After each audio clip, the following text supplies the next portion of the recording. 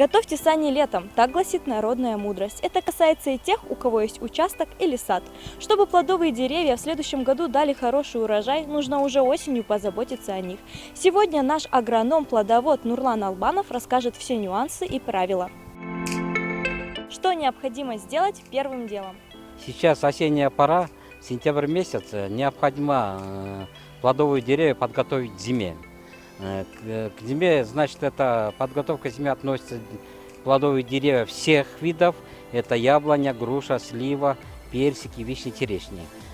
Всем деревьям необходимо в первую очередь в сентябре месяце перекопать почву вокруг ствола, перекопать с одновременным внесением минеральных удобрений и органических удобрений. Осенью, в сентябре месяце начинается подкормка деревьев. Это важный агротехнический прием, то есть работа считается по уходу за садом. Так, по возрасту, от роста деревьев, в зависимости от возраста, вносят нормы расходов разные. Например, если 8-летнее дерево, туда вносят навоза, органического удобрения, считается она, ведра 2 на одно дерево.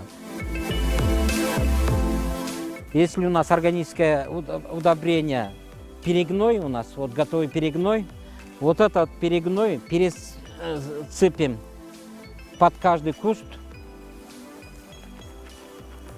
по 2 ведра. Одновременно же осенью я рекомендую садоводам вносить амофоску и нитроамофоску. У меня в данный момент у меня нитроамофоска. На 9-8-летние растения вносится 100 граммов амофоски. У меня вот стаканчик 100-граммовая.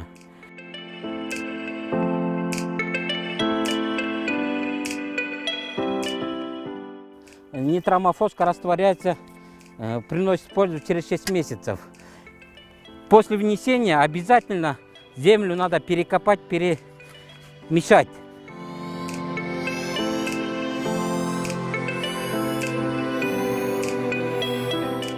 Осенняя обрезка считается как бы санитарной обрезкой.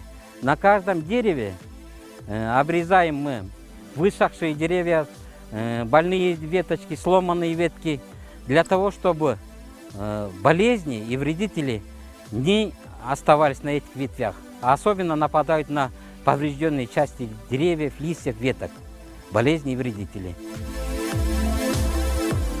Обрабатывать все деревья необходимо обработать железным купоросом 3% или медным купоросом 5%. Этот раствор помогает убить, то есть этот считается не химический препарат, а биологический препаратом считается. Можно использовать еще мочевину. Самый лучший метод сейчас используют люди мочевину. Мочевина это, как бы сказать, карбамид, удобрение, минеральное удобрение считается. Его берут, разбавляют, делают 3% и после листопада брызгают по деревьям. Полностью брызгают на плодовые деревья, независимо от это яблоня или груша, или слива, или персик, или черешня, вишня. И на этом у нас все. Ухаживайте за садом, и вы получите прекрасный урожай, который будет радовать не только вас, но и ваших близких.